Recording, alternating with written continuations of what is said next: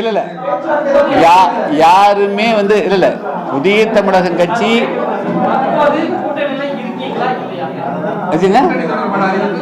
கூட்டணி தொடர்பான அறிவிப்பு 15ஆம் தேதிக்குள்ளாக வரும். ஆனா கூட்டணியில் தான் அங்க பெறுவோம். எந்த கூட்டணிங்கிறது அப்ப தெரியும். ஏங்க அதாவது நாங்க நேற்று கூட வந்து எல்லாத்தையும் தான் சந்திச்சோம், ஆளுநர் மாதிரியே சந்திச்சோம். நட்புகள் இருக்கத்தான் செய்கிறது. அது வந்து கூட்டணியா வந்து அதை மலரும், அதை எப்படி கொண்டு போறதுங்கிறதெல்லாம் வந்து பொறுமையா இருந்து முடிவு பண்ணும்.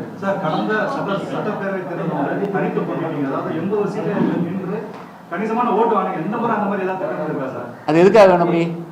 இந்த தடவை வந்து மக்களுக்கு வந்து நாங்கள் சட்டமன்றத்துக்குள்ள செயல்ங்க, மக்களுக்கு வந்து ஆட்சி 5 வருஷத்துக்கு பிறகு 5 வருஷத்துக்கு ஆட்சி அமைது, ஆட்சி அதிகாரத்தில் வந்து நாங்கள் உள்ள போய் மக்களுக்கு தொண்டாற்றணும்னு நினைக்கிறோம்.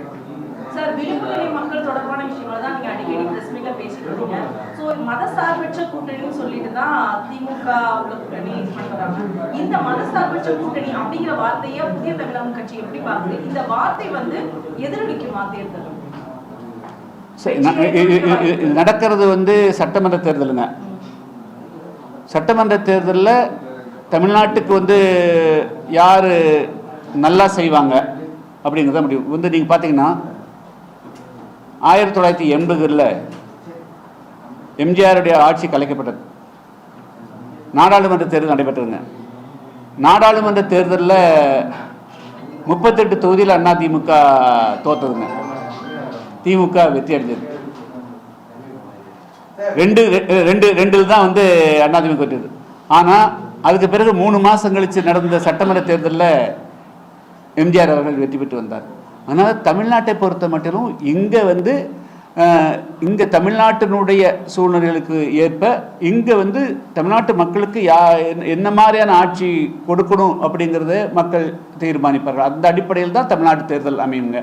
மற்றபடியாக வேறு கோஷமாக அமையும் அதையெல்லாம் வச்சு தமிழ்நாட்டில் ஆட்சி மாற்றங்கள் நடக்காது.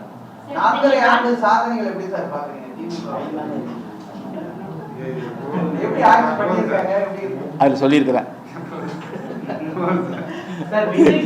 36 தீர்மானம் நிறைவேற்றிக்கிறோம். அது சொல்லிக்கிறோம்.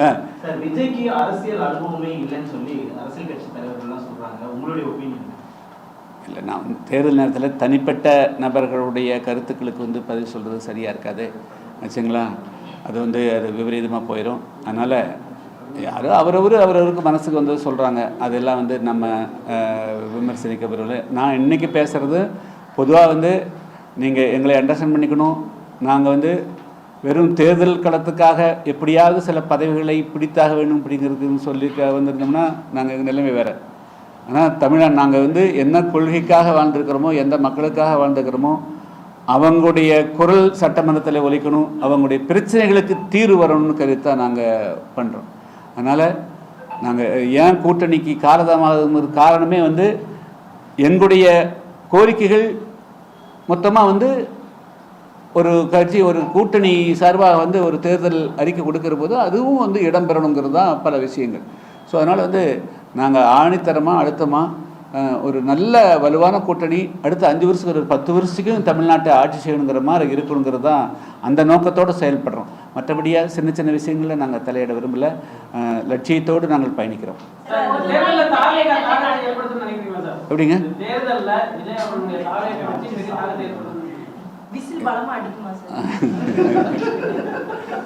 எப்படிங்க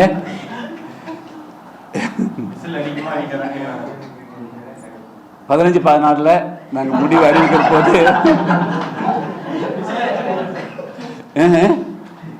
எப்படி இருக்குன்னு பார்த்துக்கலாம் ஆச்சுங்களா. ஸோ அதனால் சம்மரைஸ் பண்ணுறதுல புதிய தமிழகம் கட்சியினுடைய அரசியல் நிலைப்பாடில் நாங்கள் வந்து இப்பொழுது அவசரம் காட்டல. தமிழ்நாட்டில் இன்னும் தேர்தல் தேதி அறிவிக்கிறதுக்கு இன்னும் ஏறக்குறைய 2 மாத காலம் இருக்கிறதுனால